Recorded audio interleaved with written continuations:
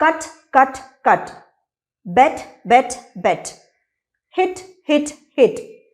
இந்த பதிவில் நீங்கள் பார்க்க போகிற எல்லா வினைச்சொற்களுக்கும் past tense form மற்றும் past participle form ரெண்டுமே அதே தான்.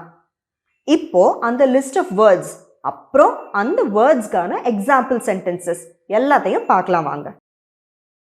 முதல்ல burst. With a needle, I burst that big balloon. இந்த சென்டென்ஸ் past tenseல இருக்கு. ஏற்கனவே சொன்ன மாதிரி burstோட past form burst தான். இந்த வாக்கியத்தோட தமிழாக்கம் ஒரு ஊசியை வைத்து ஒரு பெரிய பலூனை வெடித்தேன். அடுத்தது the tire has burst. இந்த சென்டென்ஸ் present perfect tenseல இருக்கு. இந்த சென்டென்ஸ்ல வர burst past participle formல இருக்கு. இந்த வாக்கியத்தோட தமிழாக்கம் அந்த டயர் வெடித்திருக்கிறது. இது மாதிரி தான் மீதமுள்ள எல்லா வேர்ட்ஸ் அண்ட் அதுக்கான எக்ஸாம்பிள்ஸும் இருக்கும். அது என்னன்னு பார்த்துடலாம். அடுத்தது bet. He bet me 500 rupees that I wouldn't do it. அவன் என்னிடம் 500 ரூபாய் பந்தயம் கட்டினான், நான் அதை செய்ய மாட்டேன் என்று. She has bet all her money on the horse that is coming first. முதலாம் இடத்தில் வருகின்ற குதிரையின் மீது அவள் எல்லா பணத்தையும் பந்தயம் கட்டியிருக்கிறாள். அடுத்தது broadcast. The news was broadcast on all major TV channels.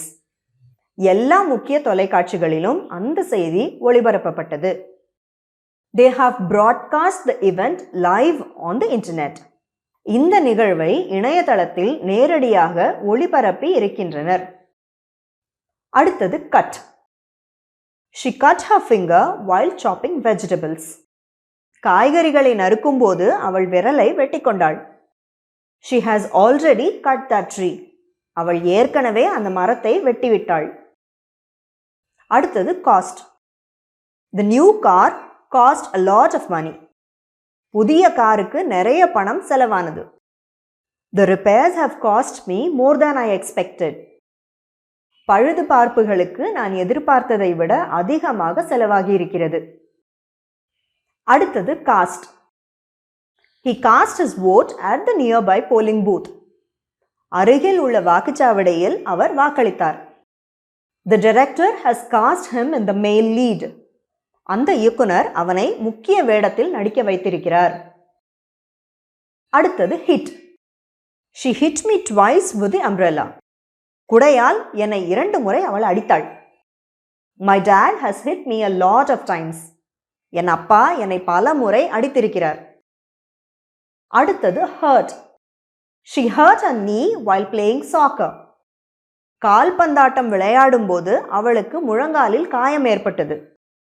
She knows that she has hurt his feelings by her words.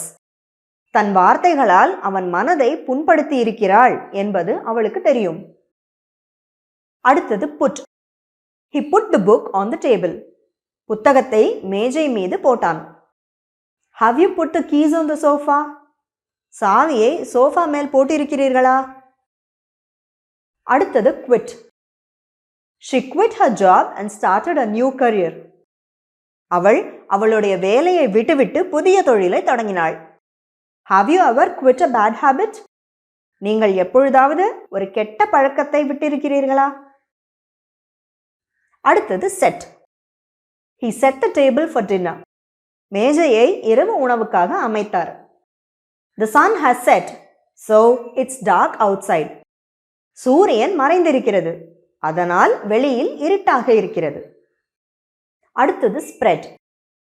She spread butter on a slice of bread. அவள் ஒரு ரொட்டி துண்டின் மீது வெண்ணெயை தடவினாள். The news has spread quickly throughout the community. இந்த செய்தி சமூகம் முழுவதும் வேகமாக பரவியிருக்கிறது. அடுத்தது shed. The dog shed a lot of fur in the summer. நாய் கோடையில் நிறைய ரோமங்களை உதிர்த்தது. Have you shed tears over a sad movie? ஒரு சோகமான படத்திற்காக நீங்கள் கண்ணீர் விட்டிருக்கிறீர்களா? அடுத்தது upset. The news upset him greatly. அந்த செய்தி அவரை பெரிதும் வருத்தமடைய செய்தது. I have never upset anyone intentionally. நான் வேண்டுமென்றே யாரையும் புண்படுத்தியதில்லை. அடுத்தது wet. He wet his hair and then applied coconut oil. அவர் அவரது தலைமுடியை நனைத்து பின்னர் தேங்காய் எண்ணெயை தடவினார். The baby has wet the bed. குழந்தை சிறுநீர் கழித்து படுக்கையை ஈரமாக்கி இருக்கிறது. இது மாதிரி உங்களுக்கு வேற ஏதாவது தெரிஞ்சதுனாக்கா கீழே கமெண்ட்ஸ்ல சொல்லுங்க.